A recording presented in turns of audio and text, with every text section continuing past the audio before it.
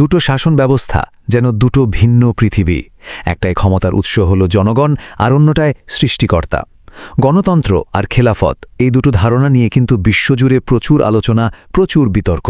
কিন্তু বিতর্কের বাইরে গিয়ে যদি আমরা দেখি এই ব্যবস্থাগুলো আসলে কি, এদের মূল দর্শনটা ঠিক কোথায় আলাদা, তো চলুন আজ আমরা এই দুটো ব্যবস্থার একদম গভীরে যাব আর এদের ভিত্তি, পার্থক্য এবং বাস্তবতাকে সহজভাবে বোঝার চেষ্টা করব। আর আমাদের পুরো আলোচনাটা কিন্তু ঘুরবে একটা একদম মৌলিক প্রশ্নকে ঘিরে। একটা দেশের শাসনের ভিত্তি কি হওয়া উচিত? মানুষের সম্মিলিত ইচ্ছা নাকি একটা শাশ্বত ঐশী আইন? এই একটা প্রশ্নের মধ্যেই আসলে দুটো ভিন্ন সভ্যতার দর্শন লুকিয়ে আছে, আর এই প্রশ্নটাই আমাদের পথ দেখাবে। তো বিষয়টা পরিষ্কারভাবে বুঝতে আমরা কি দেখব? প্রথমে আমরা গণতন্ত্র আর খিলাফতের পরিচয় জানব, তারপর দেখব এদের মধ্যে মূল পার্থক্যগুলো কি। এরপর আমরা বোঝার চেষ্টা করব এই বিষয়ে ইসলামের দৃষ্টিভঙ্গিটা ঠিক কি, আর সবশেষে ইতিহাসের আয়নায় এর বাস্তব রূপটা কেমন ছিল সেটাও একটু খতিয়ে দেখব। চলুন তাহলে শুরু করা যাক গণতন্ত্র দিয়ে, যে ব্যবস্থাটা আজ বিশ্বের বেশিরভাগ দেশেই পরিচিত আর যাকে সহজ কথায় বলা হয় জনগণের শাসন। এই যে ডেমোক্রেসি বা গণতন্ত্র শব্দটা, এটা আসলে এসেছে প্রাচীন গ্রিক ভাষা থেকে। ডেমোসের মানে হলো জনগণ, আর ক্রাটসের মানে হলো শাসন। তার মানে সহজ কথায় এর অর্থ দাঁড়ায় জনগণের শাসন, এমন একটা ব্যবস্থা যেখানে চূড়ান্ত ক্ষমতাটা থাকে সাধারণ মানুষেরই হাতে। আচ্ছা, গণতন্ত্রের মূল ভিত্তিটা কি? এখানে জনগণই হলো সার্বভৌম, মানে ক্ষমতার একদম ফাইনাল সোর্স। তারাই ভোটের মাধ্যমে তাদের প্রতিনিধি নির্বাচন করে, আর এই প্রতিনিধিরা সংসদে বসে দেশের জন্য আইন তৈরি করে। এখন কোনো বিষয়ে যদি মতবিরোধ হয়, তখন সংখ্যাগরিষ্ঠের রায়কেই ফাইনাল ডিসিশন হিসেবে ধরে নেওয়া হয়। এই ব্যবস্থায় ধর্মকে একটা ব্যক্তিগত বিশ্বাসের জায়গা দেয়া হয়, রাষ্ট্রীয় আইনকানুন থেকে তাকে সাধারণত আলাদা রাখা হয়। আর সবচেয়ে বড় কথা হলো, যেহেতু মানুষই আইন তৈরি করে, তাই সময়ের সাথে সাথে প্রয়োজনে সেই আইন বদলানোর ক্ষমতাও কিন্তু মানুষের হাতেই থাকে। এখন গণতন্ত্রের ঠিক উল্টো দিকে যে ব্যবস্থাটা আছে সেটা হলো খিলাফত। চলুন এবার দেখি এই ধারণাটা ঠিক কি, আর কেনই বা একে আল্লাহর আইনের শাসন বলা হয়। খিলাফত শব্দটা এসেছে আরবি খলিফা থেকে। এর মানে কি? এর মানে হলো প্রতিনিধি বা রিপ্রেজেন্টেটিভ। এখানেই গণতন্ত্রের সাথে এর মূল পার্থক্যটা দেখুন। এই ব্যবস্থায় মানুষ আইন তৈরি করে না, বরং আল্লাহকে সর্বোচ্চ আইনদাতা হিসেবে মেনে নেওয়া হয়। আর শাসক বা খলিফার কাজ হলো পৃথিবীতে আল্লাহর সেই আইনটা ঠিকঠাকভাবে বাস্তবায়ন করা। এই ধারণার শেকড়টা কোথায়? এটা পাওয়া যায় কোরআনের একটা আয়াতে। এখানে মানুষকে পৃথিবীতে আল্লাহর প্রতিনিধি হিসেবে বর্ণনা করা হয়েছে। খিলাফত ব্যবস্থার সমর্থকরা বলেন এই প্রতিনিধিত্বের আসল অর্থই হল পৃথিবীতে ঐশী বিধান প্রতিষ্ঠা করা। তাহলে খিলাফতের মূল পিলারগুলো কি? প্রথমত, সার্বভৌমত্ব বা চূড়ান্ত ক্ষমতা একমাত্র আল্লাহর। আইন মানুষ বানায় না, আইনের উৎস হল কুরআন এবং নবীর সুন্নাহ, মানে তার নির্ভরযোগ্য নির্দেশনা। এর মানে হল খলিফা বা শাসক নিজের ইচ্ছামতো কোনো আইন তৈরি করতে পারেন না, তিনি শুধু ঐশী আইন প্রয়োগে দায়বদ্ধ। এই ব্যবস্থায় শরিয়া বা ইসলামী আইনের সাথে সাংঘর্ষিক এমন কোনো আইন তৈরির সুযোগই নেই, আর ন্যায় বিচার প্রতিষ্ঠা করা হয় ধর্মবর্ণ নির্বিশেষে সবার জন্য সমানভাবে। আচ্ছা, তাহলে দুটো ব্যবস্থারই মূল ধারণা তো আমরা পেলাম। এবার চলুন সবচেয়ে জরুরি অংশে যাই, এদেরকে পাশাপাশি রেখে দেখি ঠিক কোন কোন জায়গায় এরা একে অপরের থেকে পুরোপুরি আলাদা।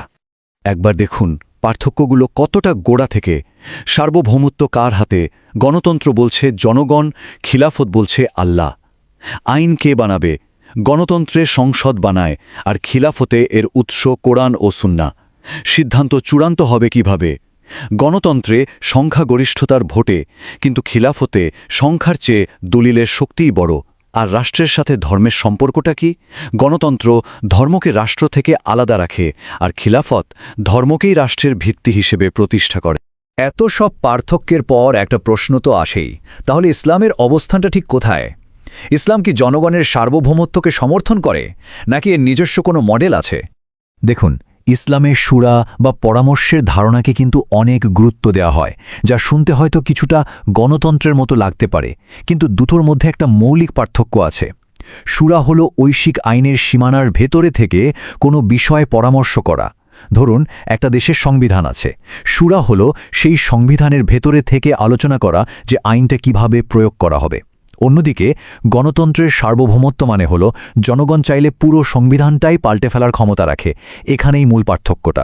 আর এই ঐশী আইনের চূড়ান্ত ক্ষমতার ভিত্তি হিসেবে যে আয়াতটি সামনে আনা হয় সেটি হলো এটি, যেখানে একদম পরিষ্কারভাবে বলা হয়েছে বিধান দেওয়ার ক্ষমতা একমাত্র আল্লাহরও। সুতরাং ইসলামী দৃষ্টিকোণ থেকে মূল বিষয়টা হলো যে দর্শনটা মানুষকে আইন তৈরির এমন চূড়ান্ত ক্ষমতা দেয় যা ঐশিক বিধানকেও ছাড়িয়ে যেতে পারে, তা ইসলামের যে একদম মূল বিশ্বাস একত্ববাদ সেটার সাথে সরাসরি সাংঘর্ষিক। তত্ত্ব তো অনেক হলো, কিন্তু বাস্তবে খিলাফত ব্যবস্থা কি কখনো পৃথিবীতে ছিল? ইতিহাস কি বলে? চলুন এবার একটু সেই দিকে তাকানো যাক। ইসলামী সূত্র অনুযায়ী খিলাফতের একটা আদর্শ রূপ দেখা গিয়েছিল ইসলামের ইতিহাসের একেবারে শুরুতে, প্রথম 4 খলিফার শাসনকালে। এই সময়টাকে খোলাফায়ে রাশেদিন বা ন্যায়নিষ্ঠ খলিফাদের যুগ বলা হয় এবং এটাকে খিলাফতের বাস্তব মডেল হিসেবে তুলে ধরা হয়। সেই সময়ে শাসনের কিছু দিক কিন্তু সত্যি অবাক করার মতো ছিল। যেমন খলিফা নিজেও আইনের ঊর্ধ্বে ছিলেন না। একজন সাধারণ নাগরিকও তার বিরুদ্ধে আদালতে নালিশ জানাতে পারতেন। রাষ্ট্রীয় কোষাগারকে শাসকের ব্যক্তিগত সম্পদ ভাবা হতো না, বরং সেটা ছিল জনগণের আমানত। আর ন্যায়বিচার প্রয়োগ করা হতো সবার জন্য সমানভাবে। সেখানে কে কোন ধর্মের বা কোন গোত্রের সেটা বিবেচ্য ছিল না। তাহলে পুরো আলোচনার সারমর্ম কি দাঁড়ালো? একদিকে আছে গণতন্ত্র, যা মানুষের ইচ্ছাকেই চূড়ান্ত ক্ষমতার আসনে বসায়, আর ঠিক তার বিপরীতে আছে খিলাফত, যা সৃষ্টিকর্তার ইচ্ছাকেই সবকিছুর ঊর্ধ্বস্থান দেয় এবং একেই শাসনের মূল ভিত্তি হিসেবে গ্রহণ করে। তো শেষ পর্যন্ত মূল পার্থক্যটা এসে দাঁড়ায় ঠিক এই জায়গায়। গণতন্ত্র সময়ের সাথে সাথে বদলায়, কারণ মানুষের মতামত পরিবর্তনশীল। অন্যদিকে খিলাফত দাঁড়িয়ে আছে অপরিবর্তনীয় ঐশিক নীতির ওপর, যা স্থায়ী এবং শাশ্বত। তাহলে এই দুটো ভিন্ন দর্শনের পর একটা প্রশ্ন কিন্তু থেকেই যায়। একটা সত্যিকারের ন্যায়পরায়ণ সমাজের চূড়ান্ত মানদণ্ড কী হওয়া উচিত? পরিবর্তনশীল মানবিক প্রজ্ঞা নাকি শাশ্বত ঐশী নির্দেশনা? এই গভীর প্রশ্নের উত্তর খোঁজার যাত্রাটা হয়তো এখান থেকেই শুরু হলো।